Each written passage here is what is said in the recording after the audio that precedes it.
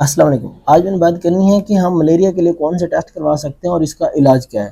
جو ملیریا کے لیے انویسٹیگیشن کرائی جاتے ہیں، سب سے پہلے تو سی بی سی کروایا جاتا ہے، جس میں ہم اس کے پلیٹلیٹس دیکھ رہے ہوتے ہیں، ساتھ میں ٹی ایل سی وغیرہ دیکھ رہے ہوتے ہیں، اور ساتھ میں اس کا ایک ایم پی ٹیسٹ ہے جو کہ 15 سے 20 منٹ لگتے ہیں اس ٹیسٹ کو ہونے میں، اور اس میں ہم یہ دیکھتے ہیں کہ اس کو کون سی پیراسائٹ نے کاٹا ہے انسان کو، مطلب پلازموڈیم کو دیکھتے ہیں بیسیکلی اس کے اندر۔ یہ کچھ اس کے بیسک ٹیسٹ ہیں۔ اور اس کے بعد جو ٹریٹمنٹ کے اندر اس کی بات اگر کی جائے تو ٹریٹمنٹ کے اندر اس میں پرائماکوئن، کیونین، اس طرح کی ڈرگز دی جاتی ہیں، آرٹیمیتھر وغیرہ ایک کمبینیشن کے اندر دی جاتی ہیں یہ ڈرگز۔ 3 سے 4 دن جو ہے آپ نے استعمال کرنی ہوتی ہے اور انسان بہتر ہو جاتا ہے۔ 5 سال سے اگر کم عمر کے بچے کو ملیریا ہو اور اگر آپ نے اس کا ٹریٹمنٹ نہیں کروایا تو 90% چانسز ہیں کہ اس پیشنٹ کی ڈیتھ ہو جائے گی، اتنا ڈینجرس ہے۔ اور یہ ملیریا ایک ایسی چیز ہے جو کہ خون کے ذریعے پھیلتا ہے، مطلب ماں کو اگر ہے تو بچے کو بھی ٹرانسفر ہو سکتا ہے۔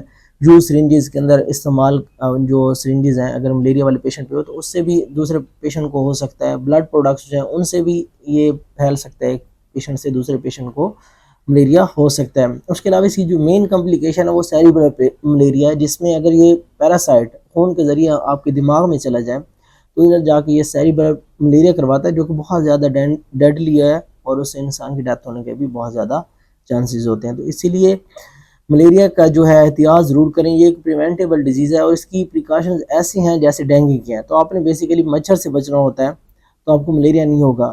جو احتیاط ہم ڈینگی کے لیے کرتے ہیں تو سیم وہی آپ نے ملیریا کے لیے اگر آپ کریں گے تو انشاءاللہ آپ کو ملیریا نہیں ہوگا۔ اللہ حافظ۔